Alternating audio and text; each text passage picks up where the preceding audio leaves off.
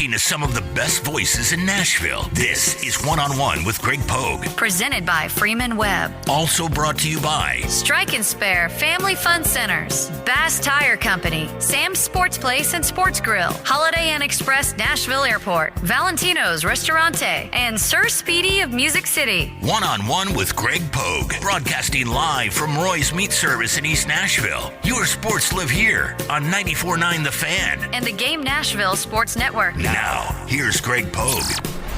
Good Saturday morning. Welcome in One-on-One with Greg Pogue, presented by Freeman Webb, Roy's Meat Service in East Nashville. And our guest this morning, one of the true great sports writers in our state's history, International Motorsports Hall of Famer, Tennessee Sportswriter Hall of Famer, his University Hall of Famer, Larry Woody, covered auto racing locally here, just everything, Vanderbilt, on and on and on. We're going to get into it this hour with Larry Woodrow. What's up? Good morning, Pokester. Two old guys sitting around talking about how bad things are today and how good they used to be back when we were young. Well, yeah, that's not how I recalled it, but I vaguely recall it. Yeah, we fought through it. Yes, we did. More than anything else. So what are you doing these days? Well, I'm semi-retired. As you know, Greg, getting away from newspapers is like trying to get away from the mafia. Every time you think you're out, they pull you back in. I write for Main Street Media. Dave and Ellen Gould, they got a great little deal set up. They got 18 community papers. They focus on community news, websites. I've got a website in Nashville, Main Street Nashville, and they do a really good job, and I don't say that because they're listening. You say little. I mean, they've got a combined circulation of over 80,000 with all their papers and everything they do. I'm a big fan of Main Street Media. No, it's really good. Really good. And Greg, to hit on a good formula, it's a unique idea for journalism nowadays. They put stuff in the paper people want to read, and then people buy the paper or click on the websites and read it. But no, it's fun, and I do it mainly as a hobby. Well, it's local. We can go down there. There's no agenda here. My notes on this, are equally the local is still where the hook is. You growing up, me growing up, if I got 2 hits in the Little League, in the Bowling Green Little League, my name was in the paper the next day. Oh, yeah. And pictures and just faces, names and faces. It's like politics. All news is local. People want to know what's going on in their neighborhood, and like you, what affects them. See how their neighborhood kids did in the football game Saturday night, that kind of thing. And as far as competing, my theory has always been that the more publicity somebody gets, it's better for the sport. Like for the Tennessean, or my buddy Mike Organ covers NASCAR racing. I cover racing for Main Street Media. And I know you do it a lot on your shows too. But I don't think we're competitors. I think we're generating interest for everybody. And like my buddy Caldwell and I did at the Banner, it was a friendly rivalry, and it benefited everybody, and particularly the readers, because we're trying to beat each other. So it made everybody better. You had to be better. It made everybody better, trying to play against the best, which Caldwell it wasn't, was. and me, with certain people, I wanted to beat the crap out of them, okay? I want to beat them but a lot of them is that it's not necessarily, I think this is where society is that I want to win. I don't want to beat you. I want to win, and I don't have to beat you to prove you're wrong or second. And with Caldwell, he was we're going to get into that. Yeah, we art travels for 30 years, but we travel together, room together, crowds together, and we're best friends. But we try to beat each other at the Banner. Well, and let's see, Joe Caldwell, your great friend, the late Joe Caldwell, who covered racing for the Banner. Yep. You covered for the Tennessean, and you became best of friends, yet competitors. And I did hear the word carousing in there. Well, yeah, we won't go into all of that. But, no, we were like brothers. Yeah. But I compare it, Greg, to playing against a friend of yours in golf. You try to beat each other, and it's good-natured ribbing. And at the end of the day, you go back to the clubhouse and drink a lemonade. So that's the way it was with Caldwell. Lemonade. Except for the lemonade. Yeah, it's there's a story of Jimmy Davey, legendary Tennessean, and Edgar Allen, legendary Banner. They were the beat writers covering Vanderbilt, and I believe they were in Memphis together, rode down together. Edgar got so sick he couldn't write his story, and Jimmy Davey helped him or wrote it for him. I think he wrote it for him, and wrote it for him, and the Banner put it in there. And John Bibb, our sports editor, and Edgar Allen at the Banner were the same way. They were good friends, traveled together. So, but when you read the papers, you'd think we were hated each other, arch enemies. But funny story about Davey. We were riding together to Oxford, Mississippi to cover the Vanderbilt Ole Miss game the next day. We left on Friday afternoon. We're driving the back roads. I'm driving, and as usual, Dave and I are just yakking and talking, not paying any attention to where I'm going. And after a while, we're driving through down these roads, and Davey says, Woodrow says, it seemed like we ought to turn back there. And I said, Davey, I've made this trip 100 times. I know where I'm going. We keep driving. We come over hill, and there's the Buford Buster Museum. And so we've missed the turnoff about 15 miles, so we turn around and go back, and I have to listen to Davey gripe and complain. So every time we'd go on a road trip after that, he'd say, Woodrow, are we going to go by the Buford Buster Museum this time? Those were such fun times back then. And as you know, Greg, we lived through the golden era of sports writing. Yeah, and it was a 2-newspaper town, right? Yep. And you see that in so many major cities now, and some have been done completely away with the daily product. But Atlanta Journal, they're going online, and I thought they had the best sports section not only in the South but in the country, and now it's online. But things change. I'm not sure it's changed for the better, but this phone right here, an instant. You got to do it instantly, right? Greg, I'm so old, and you are too, at the Tennessean. When I got there, like I say, in the fall of '66, people would buy the Tennessean on Saturday mornings to see who won the games. Right. The football games on Friday night, then they'd buy the Sunday Tennessean, which had a circulation about 290,000. They would buy the Sunday Tennessean to see who won the college games. And now, and also to get baseball scores, standings. Yeah, because they didn't know. They actually didn't know the TV didn't do much of a job covering sports. Everybody, Hope and Rudy, those guys, they do what they could with what they had to work with time-wise.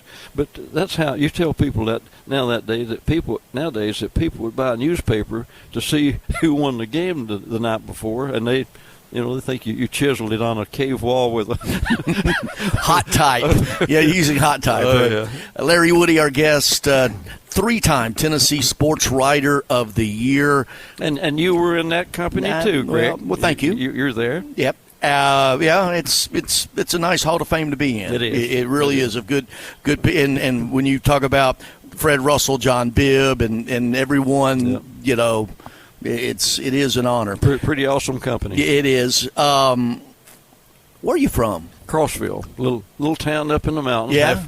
Hey, some people said that's the restroom stop for UT for fans on their way to UT for football games. Yeah, beautiful little town. I've still got some farmland up there, and keep threatening to retire and move up there someday. But anyway, that's tell me about growing up. Mom, Dad, family. Tell me about that. I don't know if I've ever asked you that. Dad was a glorified handyman, carpenter who started his own construction business eventually, and we were able to move out of a little 3-room tar paper shack with no running water and electricity. My mom was a grocery clerk and worked herself to death to civilize me, and was able to go to Martin Methodist College, played tennis, met my buddy Tom Thurman there. Well, Thurman and I grew up together in Crossville, and he became the deputy DA here in Nashville, most prominent prosecutor in Nashville history. So Thurman and I decided we'd go to Martin Methodist College, played tennis, he played baseball, then transferred. Martin was 2-year school, transferred after we graduated from Martin, transferred to Belmont. Bunny Huggins and I were tennis partners on Belmont's first Harold tennis team. Huggins. Harold Bunny Huggins. And then he went to work for the Banner, and we were rivals there covering preps together. And then later went to the Tennessean when they had a big Black Friday day where they blew out half the staff at the Banner back then. That was awful. So, and I was good friends with Joe Biddle, your old sports editor, the Banner sports editor. Worshipped Fred Russell, the Banner sports editor. He was our Grantland Rice, in my opinion, was ahead of Grantland Rice. And again, he's such a great guy, just wonderful. I bought all his books, and he one was out of print, and he found one and brought it over and gave it to him and autographed it. Said, "Larry, this is out of print. It's the only one I could find. I'm sorry, it's in such poor condition." Was it bury me in an old press box? It was the one before that. It was one of the first ones, something like "I'll try anything twice," I believe. Right. But anyway, I got off the subject. You asked me where I grew up. Crossville. Well, it's now a resort area, right? With the golf courses it's one big golf course. Yeah.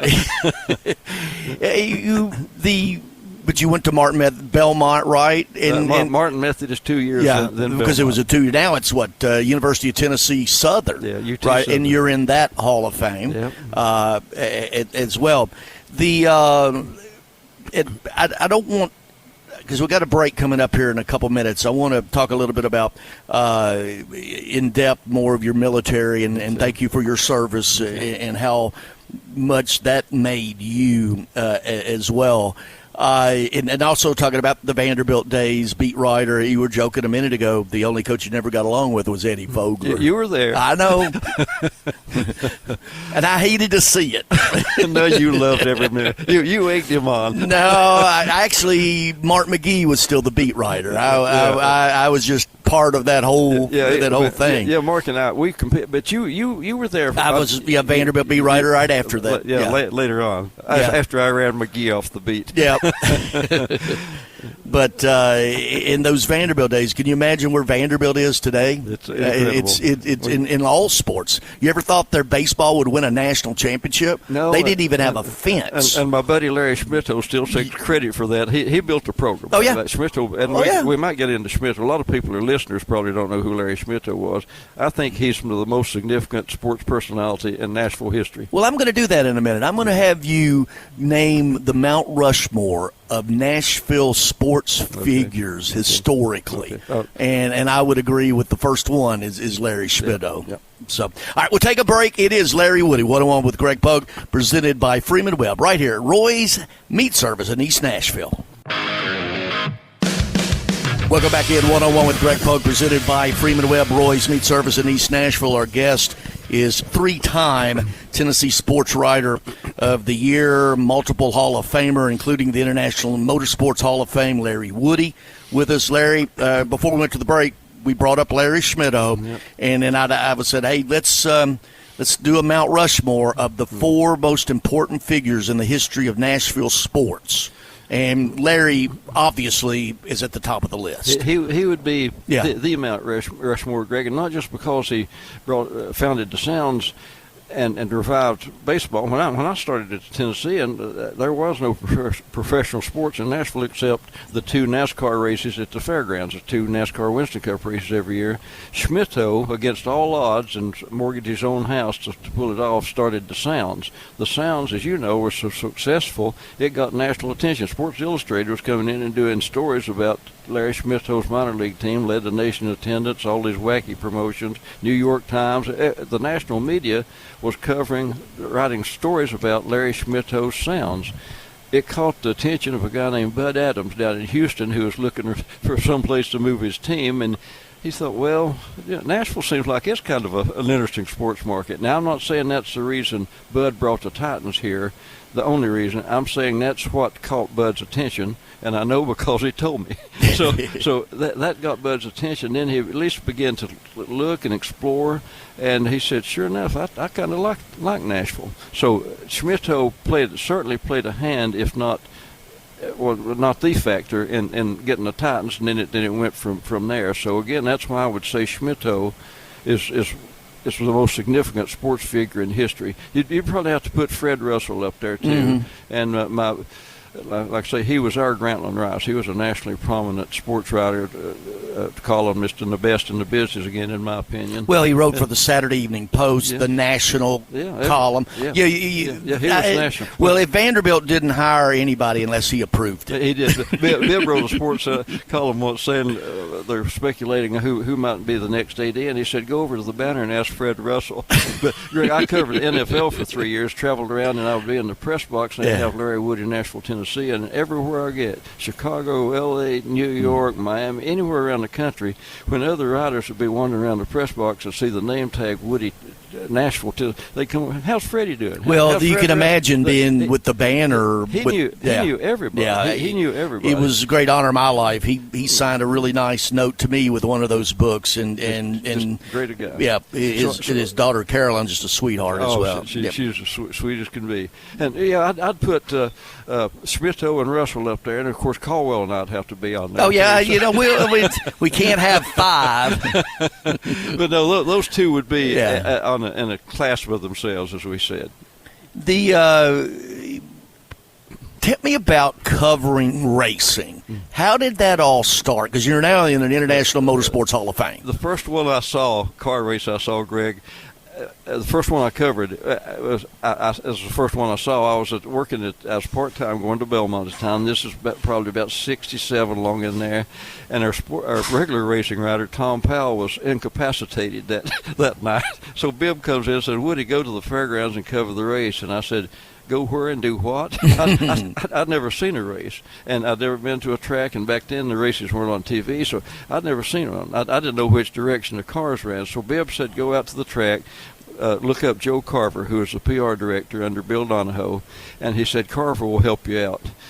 He not only helped me out, he wrote my story that night. The first story had my byline on it, but Joe Carver wrote it. Yeah. And he took me down and introduced me to all those crazy people, Cuckoo Marlin, Fluky Buford, Fat Boy Ryman. It sounds like a puppet show. Yeah. Bullet Bob Ruther. And I thought, this is the most fascinating thing I've ever seen. I'd covered stick and ball stuff, and I knew a little about football, basketball, a little about baseball, which Smith-O denies. But anyway, the point of the story is, it's the most fascinating thing I'd ever seen in my life. And the characters, they were like cowboys, just Wild West cowboys. And I thought, I don't mind covering this. So anyway, that's the point of the story. After I was a backup rider for while I was part-time. Then when I came back from the service, then Bibb put me on the beat full-time, and it was so much fun. And I covered other stuff. I'd cover football, basketball in the winter, football fall, and then auto racing spring and summer. So I had the best of all those worlds. The golden era, I mean, up until 1984, there was a cup. It was the Winston Cup then, but there was a cup race, and whatever the politics of the fairgrounds, we're going to get it in a minute, where it was then when they lost it and where they are now. It's and I know that we're both going to come down on the same side of what needs to happen out there.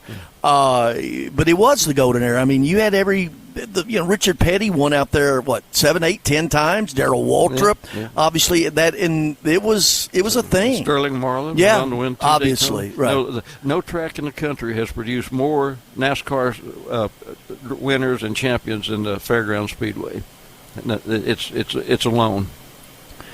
And it needs to be left alone. Of course it does. And not to get too political, Greg, but there's been racing there for 120 years, and it's on this track for 67.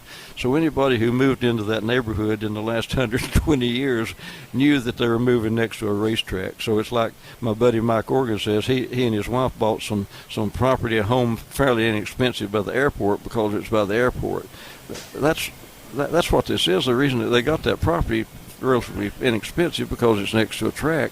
So don't complain about moving next to an airport and then when the planes start flying over. So, I just don't think they've got a gripe. But I'm not sure. Even beyond that, it's just something that we need. Well, they wanted to tear down the Ryman Auditorium. That's what I said.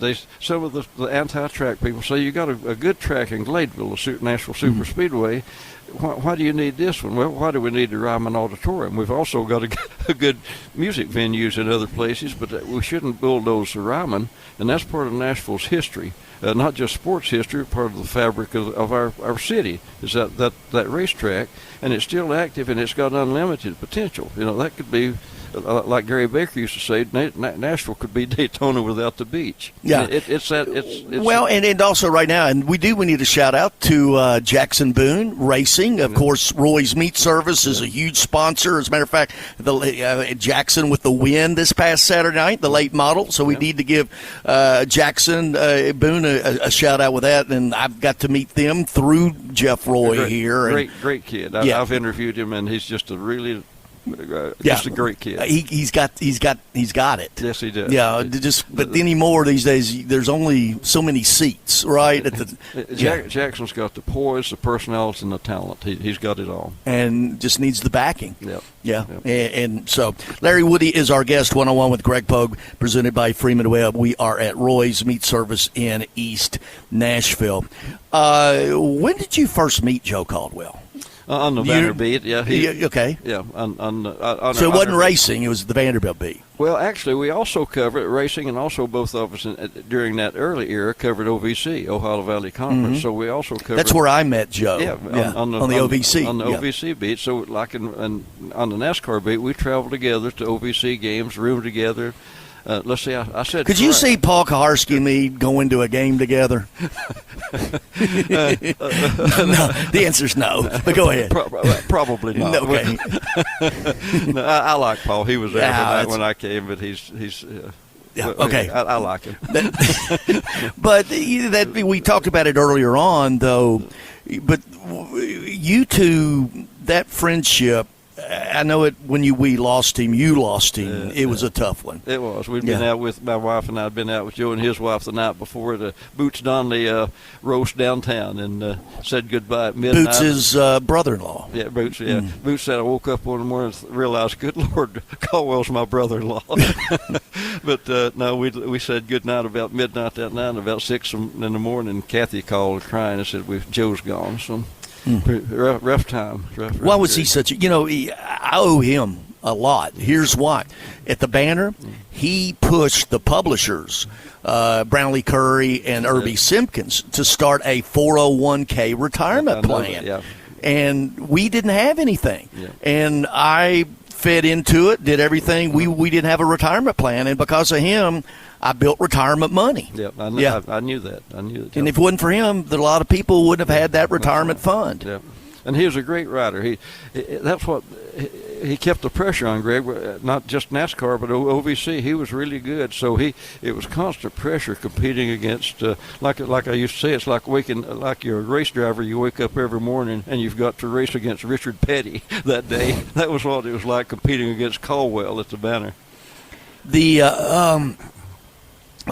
What do you do? You're still doing the racing writing for. Where can people read it? What you're writing? What are you writing right now? Well, outdoors and racing. Okay. And concentrate on local people. You're talking about Jackson Boone, local, and the kids from Gladeville, Lebanon, that area, and all the websites. For example, WilsonPost.com. People can read it on Wilson. So the Wilson Post didn't fall apart when Tommy Bryan retired. It was a big setback, but we survived. We barely survived. There's another. I mean, he's on the Mount Rushmore of Wilson County. Yeah, Tommy Bryan. Well, they named the press box after him, so that's pretty high. But no, it's fun, and all the websites, Greg, have all the papers have websites also, like the Murfreesboro Post. Well, I don't know, Columbia, and then on Maurice, Maurice Patton, he has a daily talk show as well. Main Street Media. Main Street Media. No, their tentacles are everywhere. Yep. But anyway, you can find the papers in the communities, or you can access it on the website. Larry Woody is our guest. More with Larry. This is 101 with Greg Pogue, presented by Freeman Webb, right here, Roy's Meat Service, East Nashville on 94.9 The Fan. Welcome back in 101 with Greg Pogue, presented by Freeman Webb, Roy's Meat Service in East Nashville. Our guest, 3-time Sports Writer of the Year in Tennessee, Larry Woody, a member of the International Motorsports Hall of Fame, the Tennessee Sports Writer Association Hall of Fame, and the University of Tennessee Southern Hall of Fame, back in the day known as Martin Methodist. It will always be Martin Methodist College. Yeah. You've written 6 books, right? Yep. All right. 6 and a half. I collaborated on one. The first one being Dixie Farewell, The Life and Death of Chucky Mullins, of course. Chris Gaines here, and that Brad Gaines, and everything that's the life and death of Chucky Mullins. Yeah, Tell me about writing that. Touching story. I was there that day, of course, the Vanderbilt beat writer, and when Chucky tackled Brad was played for Vanderbilt. John Gromos, the quarterback, dropped back, threw a simple little pass over the middle. Brad caught it, and Chucky was a defensive back for Ole Miss, tackled Brad, knocked the ball loose, hit him so hard, but he broke his neck, and he was paralyzed from the neck down, and lived 18 months and died. So it was really tough, and it was such a big story because the entire state of Mississippi and the University of Mississippi and the entire state rallied behind that kid, behind Chucky. Poor kid, grew up, raised by his grandma. Billy Brewer gave him a scholarship to help him out, just because Billy Brewer had grown up, the coach had grown up tough like that, and I think Billy saw a lot of himself in Chucky, just a tough luck country boy who finally got a break and got a scholarship, and then it ended. So somebody said Chucky was determined to be a success or die trying, and he died trying. But it was so tough, and everybody from President Bush to Michael Jordan to everybody in the country rallied behind that kid. Well, and how Brad Gaines processed it then, it was a clean hit. It was a hard hit. Oh, yeah, he was just going across the middle. It was a clean hit. Yeah, Chucky hit him. Yeah, all Brad did was turn to catch the ball, and Chucky tackled him from behind. But still, it was like being involved in a fatal accident. Brad still felt remorse about having been involved, and he still does. He still visits Chucky's grave, and we went every Christmas morning. He's at his grave, and on the anniversary. Yeah, and we went together to the grave down in Russellville, Alabama, to visit when we were working on the book. Visit Billy Brewer and their grandma and all that, doing those stories. And Brad and I went to the cemetery, just him and me, no cameras, nobody, just him and me, and he broke down. So it was genuine. That emotion was genuine, and. It was, and he's still not over it. Of course, his daughter Riley, she's doing well. She's going to be a network commentator at some point. Yeah, she was sort of a whirlwind of some politics we won't get into now. For better, whatever your politics are. Well, she was a swimmer at the University of Kentucky who lost national titles to a transgender person, and. But she's talented. Yes. She's smart and talented, and have to give her credit regardless of whether you agree with her politics or not. But anyway, that's Brad's daughter, and I think Brad's running for politics. Speaking of politics, he is. I believe he's getting. Yeah, well, good for Brad. And again, I threw out Chris and Greg, Gaines. Of course, they're his brothers. Chris and Greg, as you know. And then Mike Organ's right in the mix there too. He's practically one of the brothers. Yeah. Sterling Marlin. You've written some Sterling Marlin books. Tell me about Sterling and what prompted you to write the books and just the thought of his career. Two-time Daytona winner. Of course, I was covering NASCAR back then when Sterling was just a kid tagging around after Cuckoo, his dad, Cuckoo Marlin. Somebody asked Bibb what Cuckoo's middle name was. He said Coo. The background, listeners who might not know, when Cuckoo Marlin was a little boy, he couldn't pronounce Cuckoo. They'd ask him what his name is. It's Clifton. So the best he could do was Cuckoo, so it stuck with him. Yeah. And somebody said after they saw him drive, Greg, that was a very appropriate name, Cuckoo. But anyway, the point is, again, Sterling tagged around after his dad and always wanted to be a race driver. He said he wanted to do two things. He wanted to play football for Bear Bryant and drive a race car for Junior Johnson. And he made one of them. He didn't get to play football for Bear, but he got to drive a car for Junior. And I was always impressed by Sterling. He was a country boy, self-professed country boy, grew up on the farm, chopping tobacco and working on the farm. And he really worked on the farm. He wasn't just some pretty boy, farm boy. Still has one now, doesn't he? Yeah, he works on the farm. Called for him one day and he's out bush hogging. But anyway, he was just such a good, just a down-home person. And I remember when he won his first of two Daytona 500s, all the national media, they had a Sterling Marlin Day, and all the national media went to Columbia. New York Times was there. Everybody from the nation was there for Sterling Marlin Day. And they had his flag number 4 up on the courthouse flag on the courthouse, all the town square. People lined up on the roadsides, holding up, "Way to go, Sterling! Attaboy, Sterling! Go number 4!" And one of the national writers went over and was interviewing Paula, Sterling's wife, and he said, "What do you think about all this, Paula?" And she said, "It's the biggest thing since Mule Day." So you had to understand. Mule Day's a thing. It was the biggest thing since Mule Day. But no, it's just such a captivating story, Greg, to see somebody that started so low at the bottom, a farm boy working on the farm, and becomes a national hero. He and Troy Aikman were best friends. When Aikman was at the height of his popularity, Aikman went to Sterling had gone to the Super Bowl as Troy's guest. Then Sterling invited Troy to go to the Daytona 500 as his guest. Aikman was there that day, and he decided to leave early to beat the traffic out, so he was on his way to the airport when Sterling wins the race at Daytona. So Aikman turns around to try to go back and beat Sterling in victory circle, but the crowd's too big. Yeah. So Troy was there, but didn't get to see him in victory circle. Anyway, back to the point. It was just such a good story, and. 101 with Greg Pogue, presented by Freeman Webb. Roy's Meat Service, East Nashville. Larry Woody is our guest. A collection of stories from the fast and furious world of NASCAR, Along for the Ride, the name of it. Just a compilation of your stories? Yeah, just funny things, interesting things over the years, like Bullet Bob Ruther, who Nashville guy. He's Nashville's first big time sports celebrity sports person. And back in the old days, he and one of his buddies drove to Daytona for the old beach race, and they drove their car. Back then, you raced what you drove to the track. Bullet Bob wrecked his car, and they had to take a bus home because Bullet Bob had wrecked the race car. Funny stories like that, just interesting stories.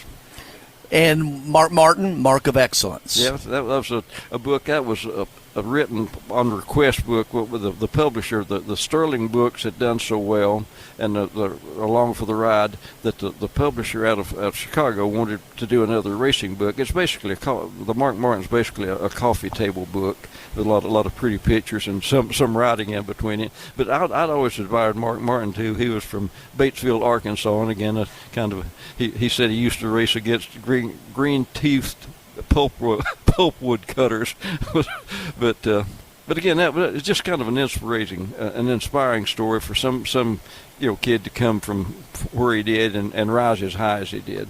And in Along for the Ride, you wrote about your, lack of a better word, exchange with Tony Stewart. Yeah, and that was kind of blown up. I'm on the Wikipedia for some reason. I don't know. Tony, under Wikipedia, there's a whole section under Larry Woody. I'm looking at it. It says it's labeled Tony Stewart Controversy. Yeah, that tape lasted about 2 minutes, and it's followed me the rest of our life. We were in the press box at Bristol covering the race. You might have been there that night, Greg. But anyway, Jeff Gordon won the race, and before the race, Tony Stewart won the race, but the race before, he and Jeff Gordon had been beating and banging, and this night after they beat and banging, but this time Tony won the race. And so they came up to the press box, and any questions for Tony Stewart? And I said, yeah, Tony, on those final laps when you're beating and banging with Jeff Gordon, what was last year's encounter? NASCAR had put Tony Stewart on probation after. Mm-hmm. So I said, was any of that on your mind? And he said, you must be a local. I said, we've had a few more races since then. And I said, well, Tony, you're too young to remember. All racing used to be local. And so it kind of went downhill from there. And finally, the PR woman, Danielle, what's her name, came over and took the microphone. Danielle Humphreys. Humphreys came over and took the microphone away from us while we're sitting there arguing. But but that lasted 2 or 3 minutes. The rest of the story is, Greg, Tony came into Nashville for some kind of celebrity golf tournament, Diamond Rio. It was his favorite group. They invited Tony in that summer, and I went out, and we sat around in his trailer and talked for an hour. Just like we're old Army. And ever since then, at Daytona, after he won at Daytona, he mentioned something about, as Larry Woody with the Tennessean once said, and so we were good friends. I mean, not just, like I say, he'd come over and say, hey, Woody, how you doing? How's everything in Nashville? Blah, blah, blah. But that 2 or 3 minute exchange in the press box, it's followed me the rest of I guess will follow me on my tombstone. Here lies Larry Woody. Once got in an argument with Tony Stewart. He told Tony all racing was once local, but Tony came through the local. I mean, he would race anywhere, right? Yeah. I said, Tony, you're too young to remember. There was a time when all coverage was local. But anyway, that's the story behind the Tony Stewart snit.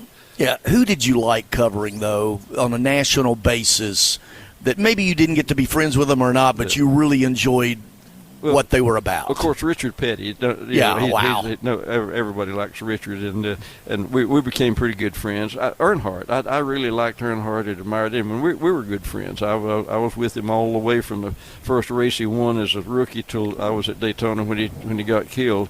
But probably, though, Darrell Waltrip, because he's local. First of all, he's such a good story, such a good man. Darrell's a good person. Has for all his life, 50 years, has had a prayer breakfast at his home in Franklin. He's just a generally good person, but he was such good copy back in those days. If you needed a story, call Waltrip and say, "Hey, Darrell, what's going on?" And 20 minutes later, you'd have 3 columns. But like Darrell said, if it's not bragging if you can do it, and he did it. He 4th all-time wins, 3 championships, and so he was not only a great driver, he was a good person and such a good local angle too. Yeah, product of the fairgrounds. Yeah.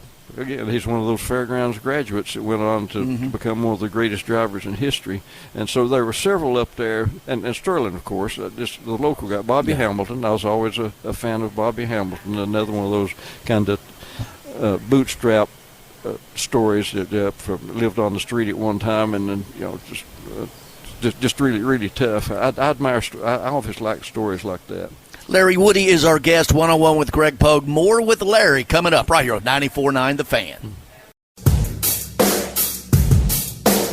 Welcome back in, 101 with Greg Pogue, presented by Freeman Webb, right here from Roy's Meat Service in East Nashville, 94.9 The Fan. Larry Woody, International Motorsports Hall of Famer, Tennessee Sportswriters Association, Martin Methodist, now University of Tennessee Southern Hall of Famer, 3-time Tennessee Sportswriter of the Year.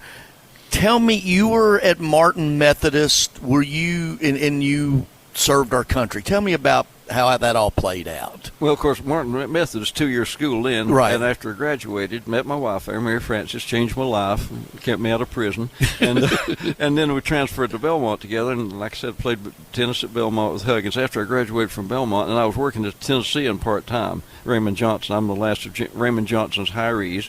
So, but after I graduated from Belmont, I was drafted. And for some reason, the Army thought an English lit major would make a good combat rifleman. So I ended up in the rice paddies for a year. And it wasn't as much fun as I thought it would. I volunteered for the infantry after I got over there. Vietnam was going to be the biggest event of our generation. So if I was going to have to spend a year, 2 years in the Army, I thought I would go ahead and see what it's all about. So I volunteered for Vietnam in the infantry, which is stupid, and I only regretted about 365 days. But I survived it and lost a lot of good friends and almost lost myself a few times. But I'm glad I went now. Looking back, it was a good an experience that I benefited from. I realized that once you get out of there, the rest of your life is gravy. It's downhill from there. But so I don't regret it. But I'd like I tell people, Greg, I'd hate to go back tomorrow. You just said losing of friends. Yeah. How do you process that at the moment, and then after that? You don't. That's 60 years ago, and I hadn't processed it yet. A good friend of mine, who became good friends there, was Fred Hassler from Crossville. He was in high school with my sister 2 years behind me. We ended up in the same company, and of course, being from the same small town, we became good friends. So Fred and I, we ate Christmas lunch together one day in a little village out in the boondocks. They flew in Christmas dinner, turkey dressing and all that stuff. So Fred and I sat on a little stone cistern out in the edge of a village and ate Christmas dinner that day and talked about what all we'd do when we got back to Crossville. 5 days later, walks into an ambush and's killed. So you just don't get over things like that. There's a bridge named after him now in Crossville, the Sergeant Frederick Hassler Bridge, and a friend of mine became good friends. He just got back from R&R in Hawaii, Sergeant Dunn, and he's showing our squad all the pictures. And I was going to meet Mary Frances in a couple of weeks. He's telling us a good place to go, things to do. He got killed 2 days later, and I helped carry him out. Another guy and I carried Sergeant Dunn out, but. Things like that, you don't process them. You don't get over them. I think about them every day. Something will come up, and I'll think about those guys. But again, it was an experience, and I'm glad I went through it, experienced it. But I wouldn't want to go back. We'll put it like that. You covered a Muhammad Ali heavyweight fight. I did. Some of your writings have reflected your opinion of his decision not to go to the military. Yeah. And I resented it. I'll admit it. I don't begrudge people who didn't go. I respect their decision. I couldn't have done it, but I could have probably got out if I'd wanted to. We know people who went to divinity school and that kind of stuff. I couldn't do it. But I respect their decision. But with Ali, he would have never had to pick up a loaded rifle. He could have gone to USO stores, tours and gone to hospitals and visited wounded soldiers. Elvis Presley. Like Elvis did. He could have done a whole lot to support the country without ever having to pick up a loaded weapon. Having said that, Ali's probably the greatest athlete I ever covered. In the championship fight in New Orleans when he fought Spinks, that's the most electrifying sports moment I've ever known. Kentucky Derby, Super Bowls, all that stuff. There's nothing like a heavyweight fight. And I was ringside, Greg, when they were fighting and looking up into the lights when they would hit each other, Spinks and Ali. There would be a spray of sweat and blood, a pink spray up in the lights, and it would drizzle down on us at ringside. And I looked down in my notebook like yours, and there were specks of blood splattered on the notebook. And I don't see how those people survived it. And it's not the amazing, the sad thing is not that a lot of boxers are brain dead. The amazing thing is that all of them are. I don't see how they.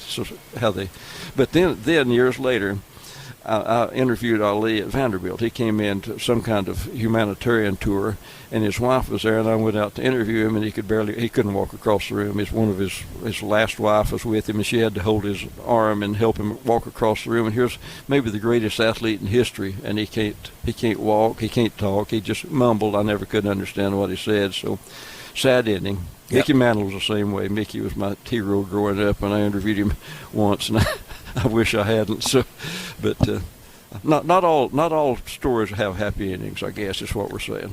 One-on-one with Greg Pogue, Larry Woody, the guest. All right, where's the best place to go fishing?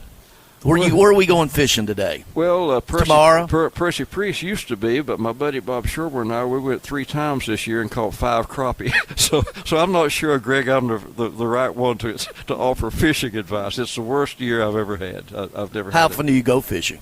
We used to go maybe 2 or 3 times a week, but this year the weather was bad, the fishing was bad. This was bad, a bad year all around. Is that fishing just something you did growing? Is that your hobby? You got any other hobbies right now? I enjoy tennis, everything like kids growing up, basketball, a little football, but tennis and growing up on the mountain. Greg, my ancestors hunted and fished not for sport; they hunted to eat. Mm-hmm. My grandmother loved squirrel brains, and I wrote a column kind of about eating squirrel brains, and I got an email from a woman in Australia who did an NPR type program and wanted to interview me about eating squirrel brains, and she said, "Why did they eat them?" I said, "Because they were hungry." Yeah. Well, I've actually eaten squirrel brains and scrambled eggs mixed together. Yeah, of course. It's I don't think I would now. It's a delicacy. No. People pass. People this is this meat here at Roy's Meat Service. That's a delicacy. You mean Roy's doesn't have squirrel brains over here? No. But anyway, I wandered off as the trail as I always do. They hunted and fished for food back then. They ate what they killed, and I sort of grew up like that. Now, my dad didn't hunt or fish, but my uncles did, and so I'd tag around with them and got no pun intended, hooked on it, and have been ever since. And I enjoy it, but I don't do as much as I did.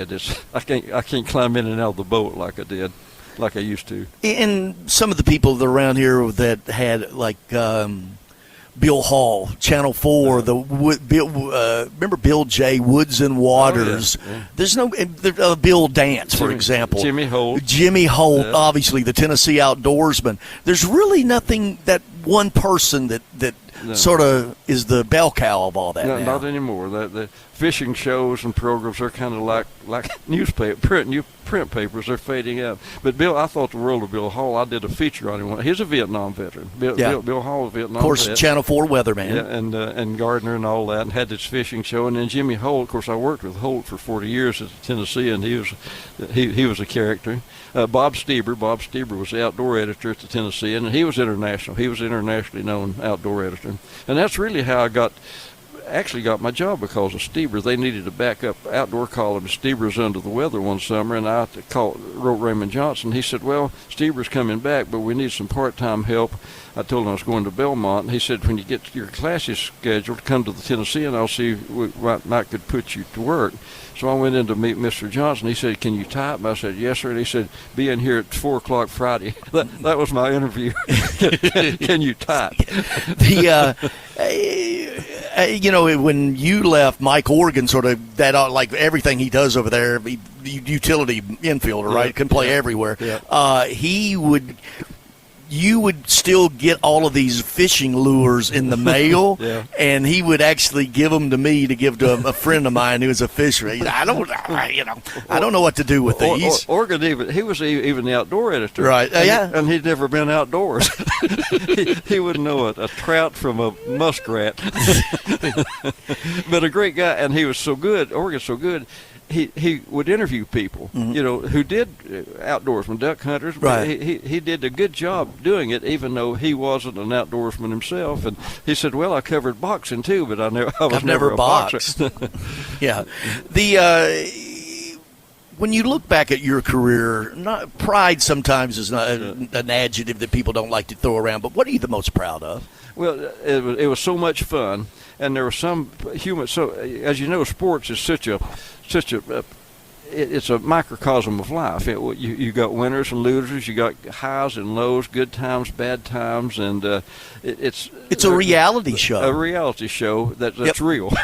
Yeah, and there's so many stories, Greg. Sad stories like Mickey Mantle and Ali, and even some friends I've lost, Chucky Mullins, stories like that, Earnhardt, and then there's also stories of triumph, like Sterling's Daytona wins and Waltrip, and poor country boys becoming international celebrities and millionaires. Just kind of the triumph of the human spirit. Not to get too deep in the weeds, but there's so many. I don't know that there's one that really stands out. It's just kind of a collection of them. You could look back and so many highs and so many lows. And like they say, Greg, in sports, the highs of winning never match the lows of losing. And that's kind of like me. I tend sometimes maybe too much to dwell on the bad moments, but there are a whole lot of good moments. And and thank you for the professionalism, friendship that you showed me. I appreciate people it. like you, Greg. Yeah. It's and I know it's trite. It's not the sport. I can barely remember who I covered. 20 Super Bowls. I don't remember any of them, but I remember the people that I knew. And racing, I can't remember who won Daytona, but it's the people, and you're one of them. Yeah, that's like I told your producer. I'd only get up this early for two things: turkey hunting and Greg Pogue. so it's the people. It's the friendships and the people, and it's been a fun ride. Thanks for doing this, Larry. I enjoyed it. It's going to wrap it up from Roy's Meat Service in East Nashville. Larry Woody, our guest. Have a great rest of your weekend, and keep it on 94.9 The Fan.